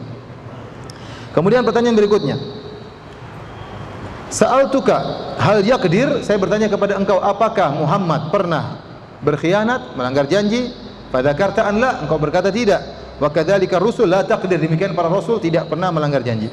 Sa'altuka bimadza ya'murukum, aku bertanya kepada kalian, apa yang dia perintahkan? Fadzakarta annahu ya'murukum an ta'budullaha wa la tusyriku bihi syai'a, dan kau menjelaskan bahwasanya Muhammad memerintahkan kalian untuk beribadah kepada Allah dan tidak berbuat syirik sama sekali. Wa yanhaakum an ibadatil authan, dan dia telah melarang kalian dari menyembah berhala. Wa ya'murukum bis salati was sidqi wal afaf, dan dia menyuruh kalian untuk salat dan jujur dan berakhlak mulia. Kemudian Heraklius mengambil kesimpulan dari dialog ini. Ini tadi diinterogasi Abu Sufyan. Setelah interogasi dia punya kesimpulan. Apa kesimpulannya? Fa in kana ma taqulu haqqan, kalau apa yang kau katakan wahai Abu Sufyan itu semuanya benar, kau jujur, sayamliku maudhi'a qadamai hataini, itu Muhammad akan menguasai tempat kedua kakiku ini. Artinya dia akan menguasai tahtaku, dia akan menguasai kerajaanku. Wa qad kuntu alamu annahu kharij, saya sudah tahu nabi terakhir tersebut sudah muncul. Lam akun adhunnu annahu minkum, namun saya tidak menduga bahwasanya nabi terakhir dari bangsa Arab. Falau anni a'lamu anni akhlusu ilaihi latajashamtu liqa'ahu, kalau saya tahu saya mampu untuk bertemu dengan Muhammad, saya akan bersusah payah untuk bertemu dengan dia. Walau kuntu indahu, kalau saya berada di sisi Muhammad, la ghasaltu an qadamaihi, saya akan cuci kedua kakinya sebagai bentuk pelayanan kepada Muhammad. Thumma da'a bi kitabi Rasulillah sallallahu alaihi wasallam alladhi ba'atha bihi Dihya ila adhimi Busra fadafa'u ilaihi Rakal. Kemudian dia minta mana surat Muhammad. Ternyata Rasulullah SAW di tahun tersebut mengirim Dihya al-Kalbi membawa surat ya ke Raja Heraklius, tapi melewati Raja Busra, yaitu salah satu anak buah dari Raja Heraklius. Faqara'ahu fa idza fihi, kemudian dibacakan isi surat Nabi Muhammad tersebut. Ternyata isinya, jadi di tahun tersebut Nabi SAW mengirim surat kepada Raja Persia, Raja Busra, Raja Mesir, Raja Heraklius, Raja Romawi, Raja Syam, semuanya dikirim untuk masuk Islam. Adapun surat yang Rasulullah SAW kirim kepada Heraklius isinya Bismillahirrahmanirrahim. Min Muhammad Abdillah wa Rasulihi, dari Muhammad hamba Allah dan Rasulnya, ila Herakl azimir Rum, kepada Heraklius pembesar Romawi. Salamun ala man ittaba al-huda, keselamatan bagi orang yang mengikuti petunjuk. Ya. Dia tidak mengatakan assalamu alayka, tetapi dia memberi syarat keselamatan bagi orang yang mengikuti apa? Petunjuk. Kalau kau ikut petunjuk dapat salam, kalau enggak keselamatan. Amma ba'du, kemudian daripada itu, fa inni ad'uka bi di'ayatil Islam, aku menyuruh engkau dengan seruan Islam. Aslim taslam, masuklah Islam kau akan apa? Selamat. Yu'tikallahu ajraka marratain, Allah akan berikan engkau pahala dua kali. Pertama, pahalamu mengikuti ajaran Nabi Isa alaihissalam. Yang kedua, pahala kau ikut mengikuti ajaranku, kau dapat dua pajak pahala. Atau dalam tafsiran sebagian ulama, kau akan dapat dua pahala. Pertama, pahalamu masuk Islam, dan pahala anak buahmu masuk Islam. Fa in tawallaita fa inna 'alaika itsmal arisiyin, dan ini ancaman Nabi. Kalau kau berpaling tidak masuk Islam wahai Heraklius, maka kau akan menanggung dosa-dosanya Arisin. Arisin itu artinya para petani, karena banyak orang-orang Romawi petani. Maka kata Nabi SAW, kalau kau tidak masuk Islam, kau berdosa dan kau akan menanggung dosa rakyatmu, karena rakyatmu ngekor sama kamu. Kalau kau tidak masuk Islam, kau tanggung dosa rakyatmu. Kemudian Rasulullah SAW menuliskan firman Allah, ya ahlal kitabi ta'alau ila kalimatin sawa'in bainana wa bainakum alla na'budu illa Allah wa la nusyrika bi syai'a wa la yattakhidha ba'duna ba'dhan arbaba min dunillah fa in tawallaw faqul asyhadu bi anna muslimun. Wahai ahlul kitab, kemarilah kepada satu kalimat yang sama antara kami dengan kalian. Janganlah kita menyembah kecuali hanya kepada Allah, dan janganlah kita berbuat syirik, mensekutukan Allah dengan apapun, dan jangan sebagian kita menjadikan sebagian yang lain sebagai tandingan-tandingan Tuhan-Tuhan selain Allah. Kalau mereka berpaling, maka katakanlah isyhadu bi anna muslimun, persaksikanlah kami adalah orang-orang Islam. Ini surat dari Nabi, sederhana, pendek tapi isinya menegangkan ya. Masuk Islam selamat, kalau enggak dosa tanggung ya, mengerikan. Di sini kata Nabi, kemarilah menuju kalimat yang sama. Kalimat yang sama maksudnya kalimat apa? Kalimat tauhid. Jangan seperti penafsiran orang-orang liberal. Kalimat yang sama maksudnya kebebasan, al-hurriyah, maksudnya keadilan, maksudnya persamaan antara laki-laki dengan perempuan. Ini perkataan orang liberal dalam buku-buku mereka. Mereka dalam Nur Khalis Majid dalam bukunya Islam fikih lintas agama. Mereka berbicara tentang masalah kalimatin sawa, kalimat yang sama. Kita harusnya sesama seluruh agama menyuruh pada kalimat yang sama, yaitu kita mencari titik poin yang sama. Titik poin yang sama itu apa? Itu sama-sama menyuruh kepada keadilan, sama-sama menyuruh kepada persamaan antara laki-laki dengan perempuan, sama-sama menyuruh kepada kebebasan. Kita bilang, wahai kalian orang liberal, Heraklius lebih pintar daripada ente. Heraklius ngerti yang dimaksud dengan kalimatun sawa artinya kalimat apa? Tauhid. Padahal setelahnya Allah tafsirkan ila kalimatin sawa. Marilah kita menuju kalimat yang sama, yaitu apa? Tauhid. Allah na'budu illallah, tidak boleh beribadah kecuali hanya kepada Allah, tidak boleh berbuat syirik sama sekali kepada Allah. Jangan sampai sebagian kita menjadikan sebagian yang lain sebagai sesembahan-sembahan selain Allah. Berarti kalimat sawa maksudnya apa? Tauhid. Maka sungguh celaka orang-orang liberal yang ternyata Heraklius lebih paham tentang isi Al-Quran daripada mereka. Taib. Kata Abu Sufyan, falamma qala maqal wa faragha min qira'atil kitab, setelah Heraklius menyampaikan apa yang dia sampaikan dan dia selesai dari membaca tulisan surat Nabi SAW, kathura indahu sakhabu wartafa'atil aswad. Orang-orang di sekelilingnya, pembesar-besarnya ribut, ngomong, ribut. Karena isinya Heraklius seakan-akan condong kepada Nabi Muhammad SAW. Kemudian isinya menyeru untuk kepada Islam, meninggalkan kesyirikan. Yang mereka lakukan adalah kesyirikan. Maka suara jadi ribut. Ya, wartafa'atil aswat, suara pun terangkat. Wa ukhrijna, kami pun dikeluarkan. Abu Sufyan dan teman-temannya dikeluarkan. Faqulna li ashabi, faqultu li ashabi, aku berkata kepada teman-temanku hina ukhrijna, tatkala kita dikeluarkan dari istananya. Laqad amira amru ibni Abi Kabsyah. Sungguh perkaranya Muhammad ini perkara besar. Innahu yakhafuhu maliku Banil Asfar. Lihat, Raja Romawi takut sama Muhammad. Kita enggak takut ini Raja Romawi. Zaman itu Romawi memiliki kekuatan yang sangat besar. Zaman itu umur kerajaan Islam baru 6 tahun. Sementara Romawi umurnya sudah ratusan tahun. Pasukannya sudah 1 juta lebih. Pasukan kaum muslimin baru berapa? Baru 7.000 orang. Melawan 1 juta orang. Tapi ternyata raja yang punya pasukan 1 juta orang ini takut sama Nabi sallallahu alaihi wasallam. Ini bikin bingung Abu Sufyan. Kenapa Muhammad dikatakan Ibnu Abi Kabsyah? Karena disebutkan banyak tafsiran di kalangan para ulama, namun di antara tafsiran bahwasanya dahulu di nenek-nenek moyang terdahulu ada seorang dari Bani Khuza'ah namanya Kabsyah, ya. Dan dia menyelisihi umatnya, menyelisihi kaumnya. Dia sendiri tidak menyembah berhala, tapi dia menyembah bintang. Maka dia dijelek-jelekin. Kamu ini lain sendiri. Makanya Muhammad dijuluki dengan anaknya orang itu. Kenapa? Dia lain sendiri juga. Paham? Semua orang nyembah berhala, dia nyembah, dia tidak berbuat syirik. Maka diberi gelar oleh Abu Sufyan Ibnu Abi Kabsyah, karena Abu Kabsyah dahulu seperti itu di zaman nenek moyang. Famaziltu mukinan annahu sayadharu hatta adkhalallahu alaihi Islam. Sejak saya dengar Raja Romawi takut sama Muhammad, maka saya yakin suatu saat Muhammad pasti unggul, pasti jaya, sampai akhirnya Allah memasukkan Islam dalam hatiku. Jadi sejak itu dia ragu-ragu. Wah, benar jangan-jangan Muhammad, padahal dia benci sekali. Dan benar pada tahun ke-8 Hijriah dia pun masuk Islam radhiyallahu taala anhu. Wa kana Ibnu Natur sahiba Ilya wa Herakl. Ada Ibnu Natur, ya, ada yang tinggal di Ilya, ya, dan dia sahabatnya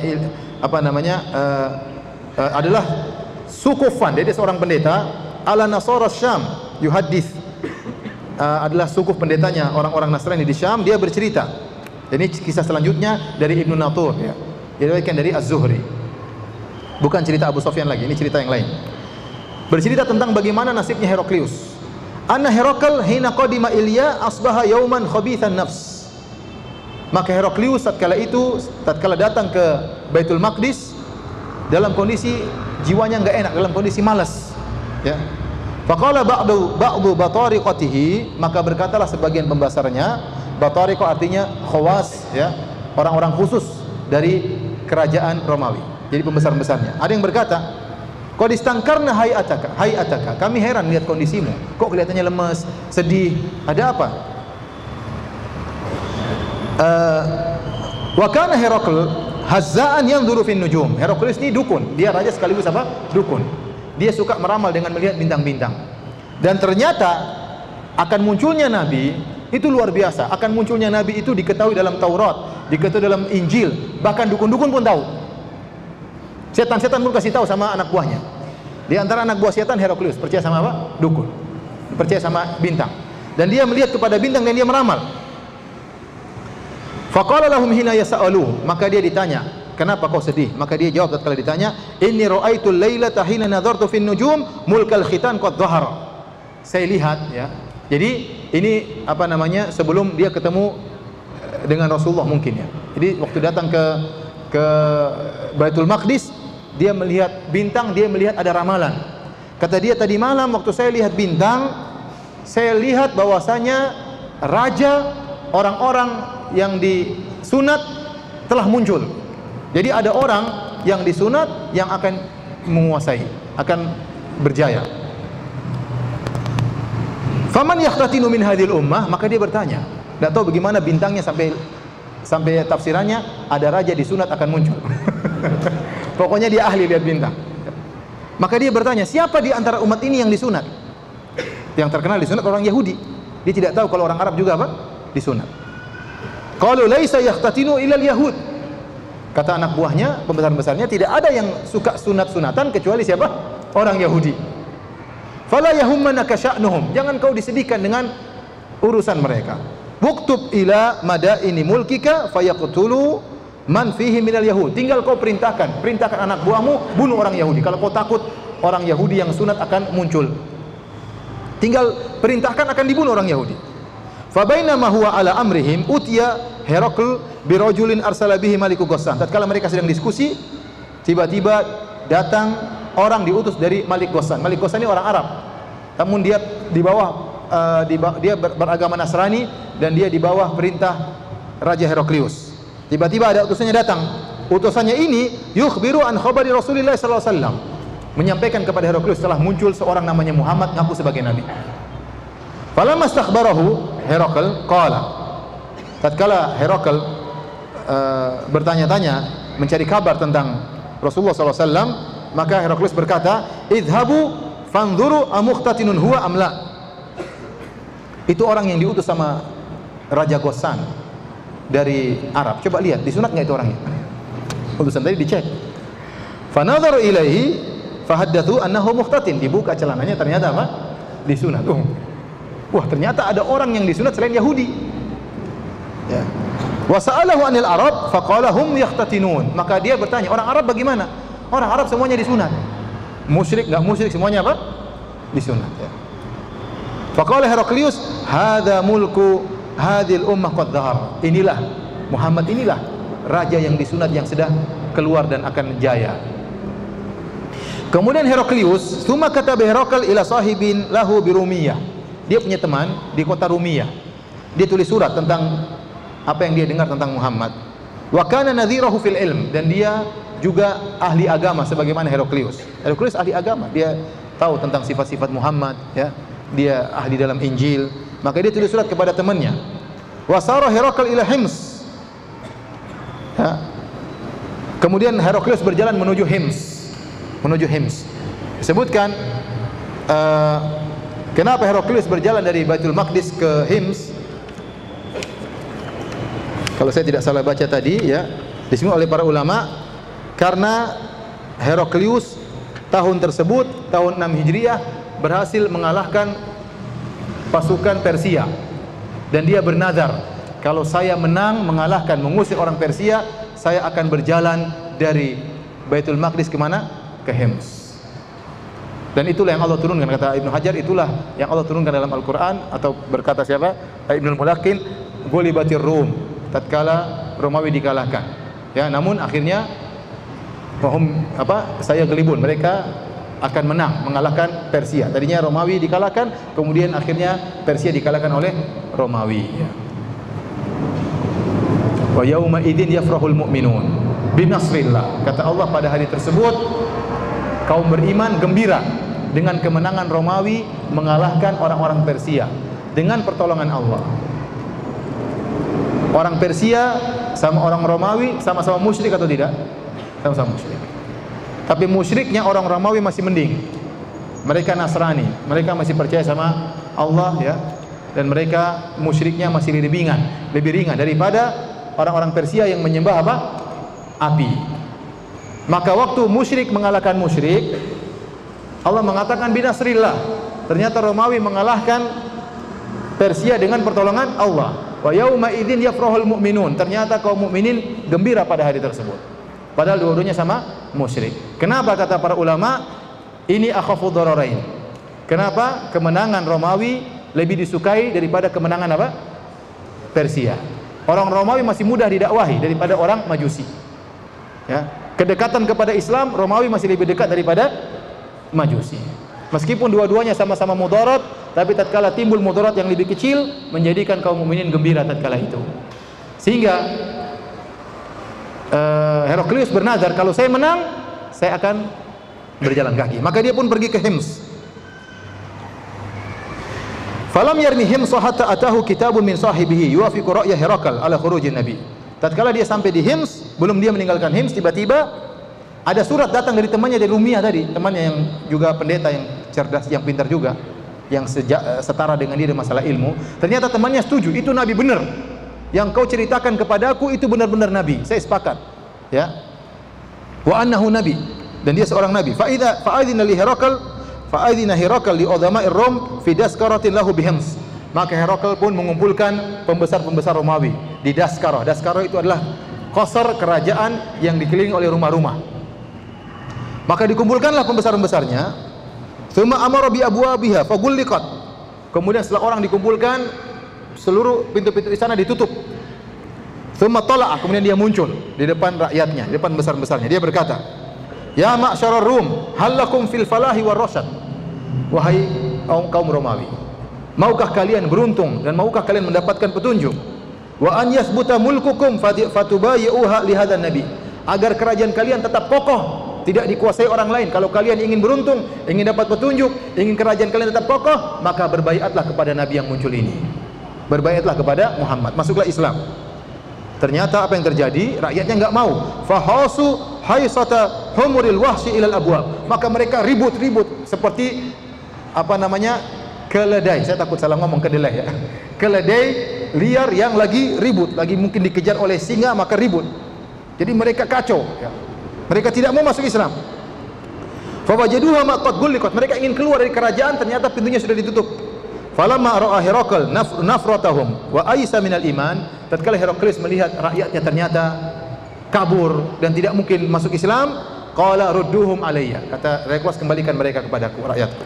Wa qala inni qultu maqalati anifan akhtabiru biha shiddatakum ala dinikum. Saya tadi cuma ngetes saja, kata Heraklius. Saya ingin tahu kekuatan iman kalian. Faqat ra'aitu, dan saya sudah lihat kalian ternyata kokoh di atas agama kalian. Padahal tadi kalau mereka masuk Islam, Heraklius masuk Islam karena dia beriman kepada Nabi sallallahu alaihi wasallam. Tapi tatkala melihat kaumnya tidak bisa beriman, akhirnya dia ikut kaumnya. Fasajadu lahu wa radu anhu. Lalu mereka sujud kepada Heraklius dan mereka ridha dengan Heraklius. Fakana dzalika akhir sya'ni Herakl.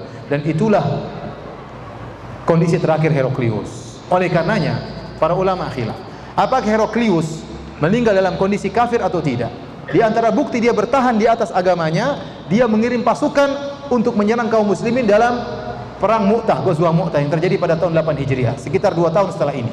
Waktu Rasulullah SAW mengirim pasukan, ya di antaranya terakhir dipimpin oleh Khalid bin Walid. Yang pertama dipimpin oleh Zaid bin Harithah, kemudian Zaid bin Harithah meninggal dunia, kemudian dipimpin oleh Ja'far bin Abi Thalib, kemudian meninggal dunia, kemudian dipimpin oleh Abdullah bin Rawaha, kemudian meninggal dunia, kemudian dipimpin oleh Khalid bin Walid.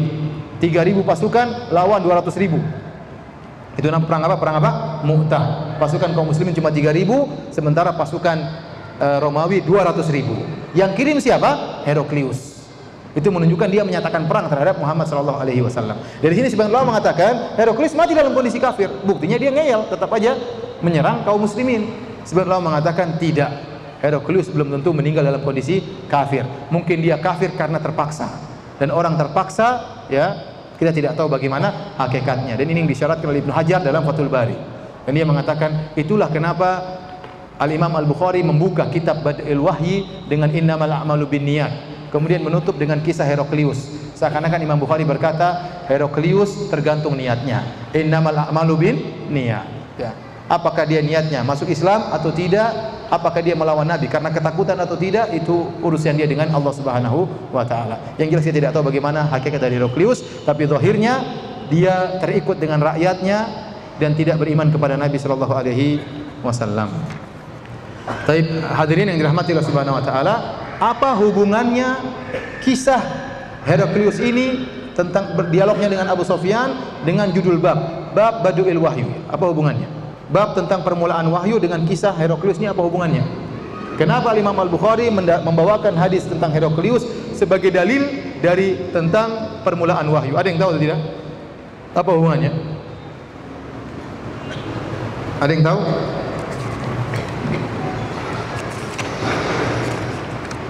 Bilang aja tidak tahu, kenapa pusing-pusing?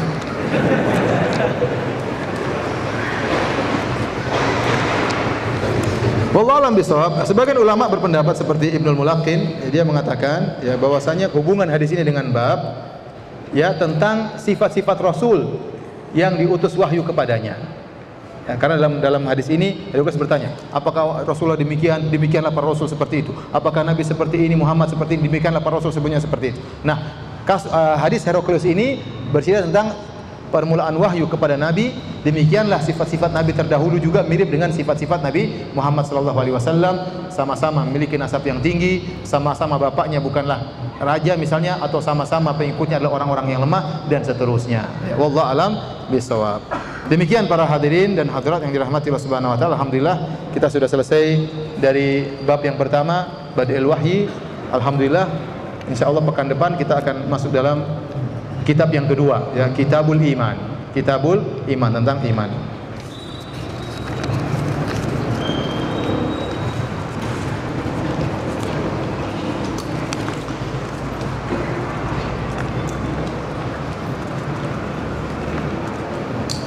Apakah sholat syuruk atau sholat duha? Ustaz, saya dilema sebenarnya kapan sih sholat yang dapat pahala haji umrah itu? Apakah sholat syuruk atau sholat duha? Soalnya ada yang bilang jarak antara subuh ke syuruk paling 50 menit. Tapi saya takut malah sholat dalam waktu yang diharamkan. Jazakallahu khairan. Jadi sholat syuruk itulah awal sholat apa? Duha. Tidak boleh dikerjakan sholat syuruk kecuali di waktu apa? Duha. Dan waktu duha itu dimulai kira-kira 15 menit setelah sunrise, setelah terbit matahari. Nah, kalau Anda punya jadwal sunrise, tinggal tambah 15 menit. Itulah awal dari waktu sholat duha, dan itulah baru boleh sholat apa? Syuruk.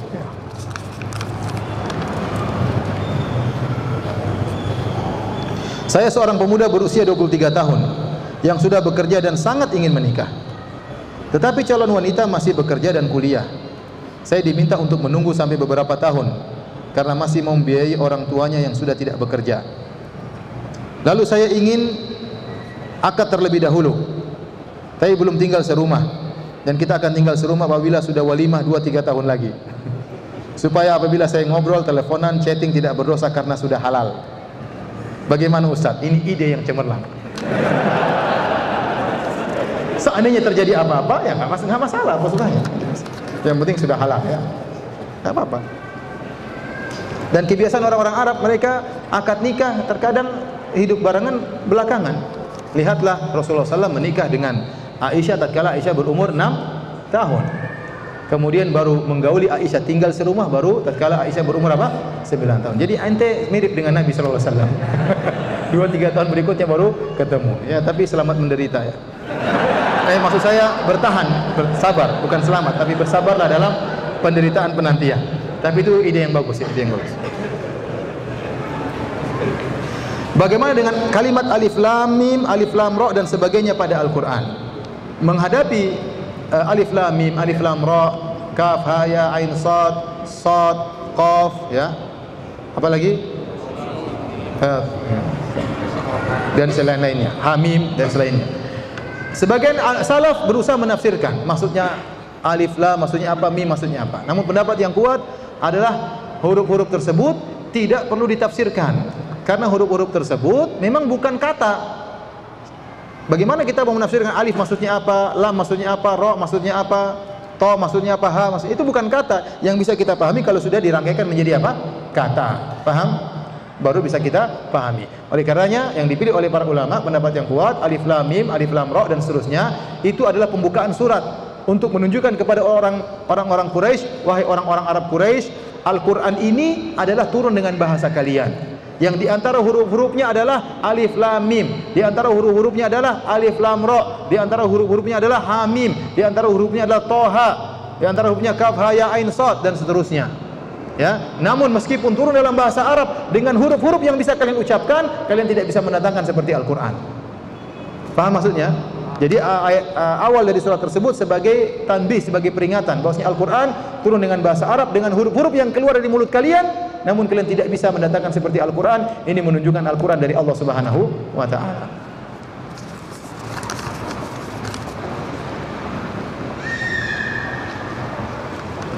Tolong beri nasihat kepada kami yang baru mengenal manhaj salaf. Tahap-tahap apa saja yang harus kami pelajari dalam menuntut ilmu? Saya sangat berharap bisa belajar kitab tauhid, ya.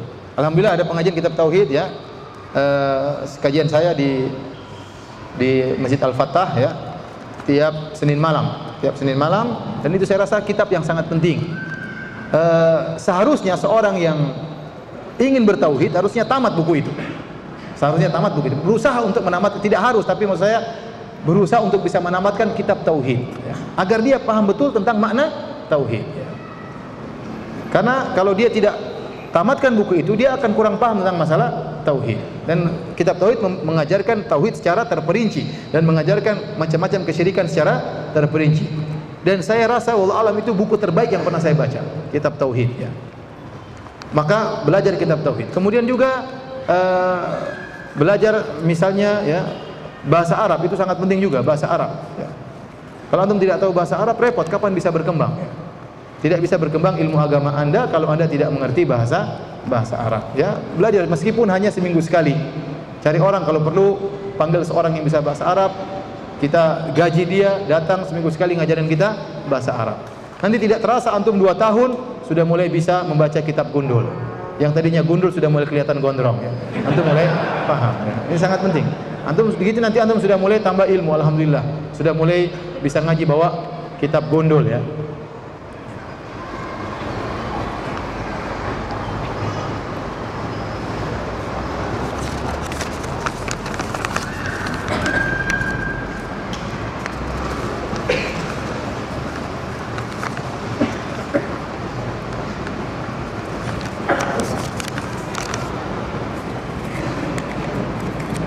Jika seorang melakukan dosa besar yang mengharuskan atau harus dihukum mati sesuai syariat, kemudian ia bertobat padahal ia masih banyak kekurangan.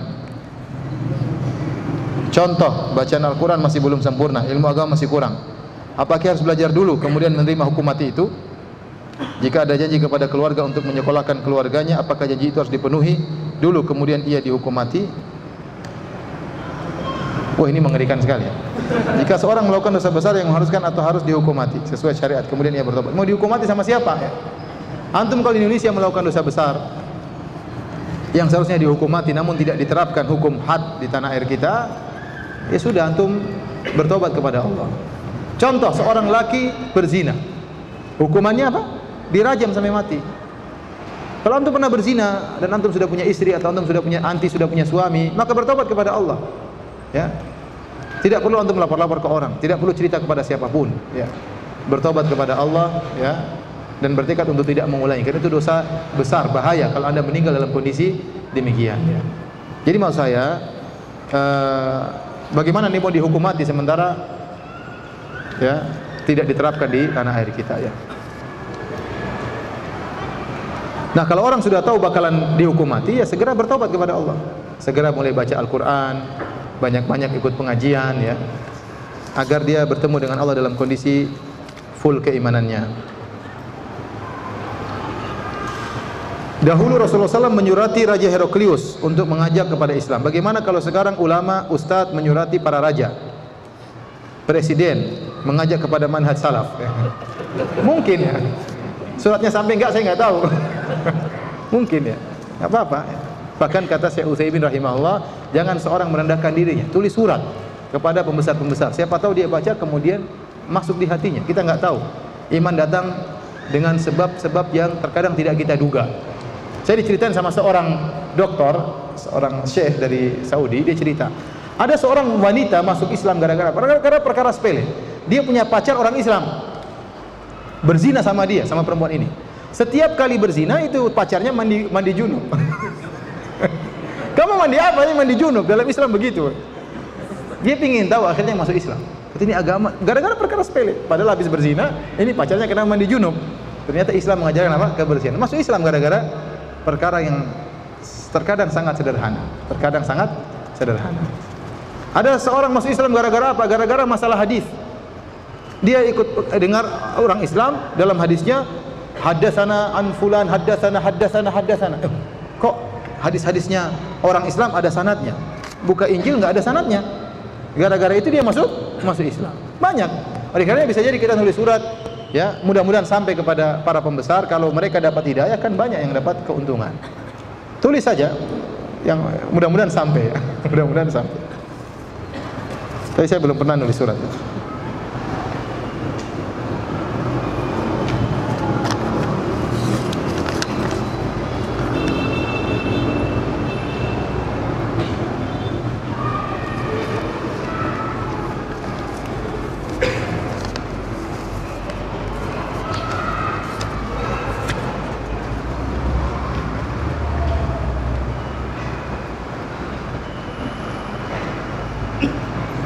Bagaimana jika seorang yang kita tahu pekerjaannya adalah pengemis dan dia adalah seorang pria yang masih kuat?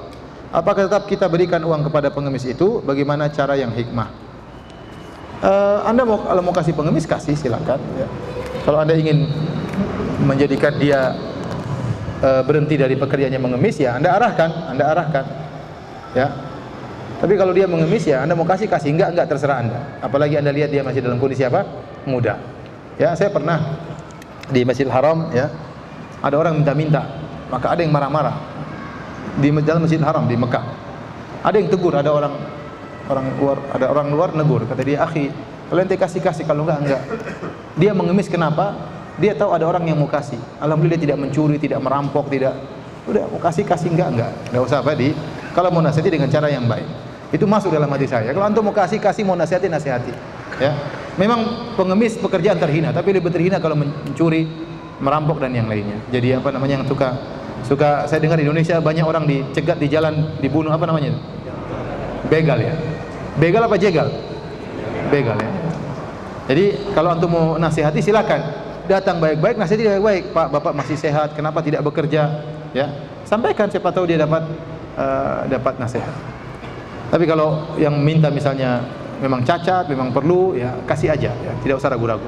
Saya diceritain orang ini waktu ngantar saya pengajian, dia cerita ada orang buta, suami istri buta, mereka tidak punya penghasilan, maka ada seorang bekerja sama mereka bagi hasil, ya. Jadi pergi ke lampu merah, minta-minta, nanti hasilnya bagi dua. Jadi dia nganter, kemudian dia nongkrong situ minta-minta, orang kasih, akhirnya bagi dua, setengah buat saya, setengah buat kamu, kan kerjaan ini. Akhirnya benar, dia punya rumah sewa, ada kulkasnya, ada televisinya, dan dua orang ini punya anak nggak buta.